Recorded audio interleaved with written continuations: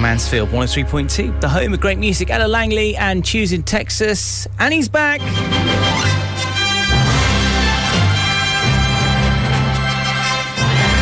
He was busy attending to other superhero matters last week, but he's back in the studio at SuperBry, the Showbiz guy, to talk all things entertainment. And we're starting today, Brian, with a bit of sad news, of course. Yeah, very sad news. So Hayden Panettiere was announced on Sunday to have passed away at the only age of 36, which is shocking to hear. I mean, she became famous playing Claire Bennett in Heroes, the cheerleader whose ability to regenerate became central to the show.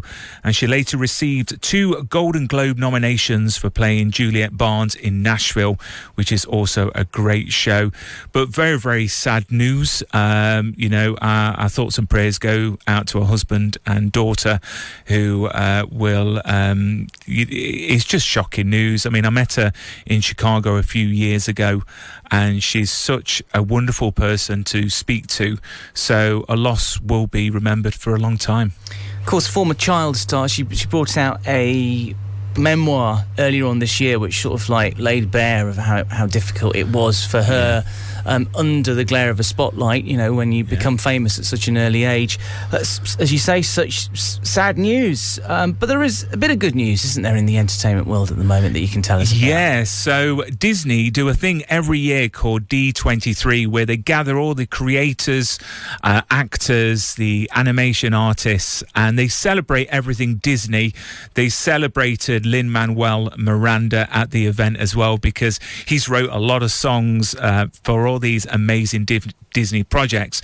But the biggest news was they announced the cast of the new X-Men movie, which I cannot wait for. So you had Sadie Sink from Stranger Things that has just appeared in the new Spider-Man Brand New Day. But more exciting for me is a friend of Be More Super. I interviewed this person, just over a year ago.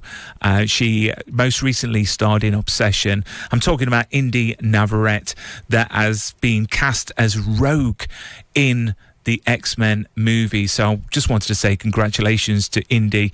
I think she'll do a great job. But yeah, they showcased the new Starfighter movie with Ryan Gosling, also the new Avengers Doomsday trailer that's come out. So it's so exciting. I'd love to be there. Any information on the new DC series, Lanterns? Oh, Lanterns. Episode 1, the pilot. Hal Jordan and Jon Stewart. What a great show. Episode 1, the pilot, was stunning. I'm going to absolutely love it.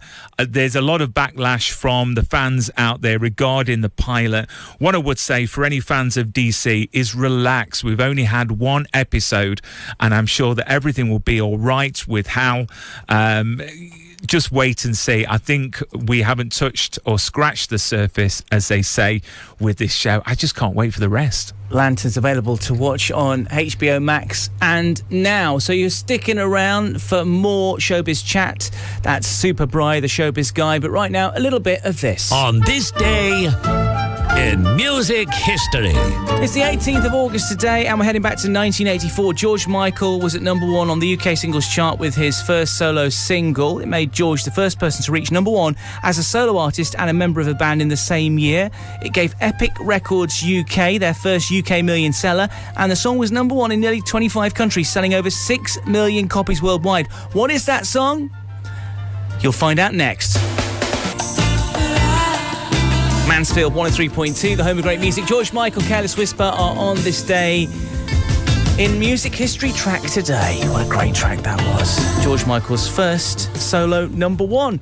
So he's still here with me. It is SuperBry, Showbiz guy, the entertainment expert. Why is he such an expert? Well, he knows a thing or two about entertainment. He watches so much TV that he never gets out the house. But actually, to be fair, you did get out this weekend, didn't you? Yeah, I did. So Sunday, I was at the Bentink for the centenary celebration. 100 years that Miners Welfare has been there, and what a place. People came out in the hundreds to be there. I've got to give a special mention out to Alex Horner, who is a Elvis tribute act that performed, and I've seen quite a few, and he's only 18 years old, and it's probably one of the best Elvis tributes I've ever seen. But we're talking about fears, Watko, fears. So if you ask my kids, I'm not scared of anything. But really, in reality, snakes are my greatest fear. They always have been. And I want to give a shout out to Reptilian Encounters, a group of people that were there at this celebration at the Bentink. And they found out by my lovely wife that I had a great fear of snakes. And they said, by the end of the day, you are going to be holding a snake. I said, not on your life. So the day went on. And I did it, Watko. I held a snake. You did? I've seen the picture. It's one of these yellow ones that Britney Spears used to knock around with years ago. Really? Yeah. What? It's a long old... Maybe that is the very one. If you'd asked it, he would have told you about some Britney Spears stories. You never know. I mean, I thought I was going to hold a very small snake, but this snake was a Burmese python. It was like 12 feet long. Well, it felt 12 feet long, heavy as oak. And I had it around my neck, and I held it for what felt like a lifetime. Yellow and white it is. Yeah. Yeah, it's not my cup of tea. No. With you. I'm not scared of snakes, but I wouldn't want to be having one draped around my neck because you just don't know what they're going to do. Exactly. And I could feel its tongue going against my arm, and the picture that I've got, it's looking me dead in the eye. But the guys I'm thinking, this is my lunch. Yeah. But Reptilian Encounters, thank you so much.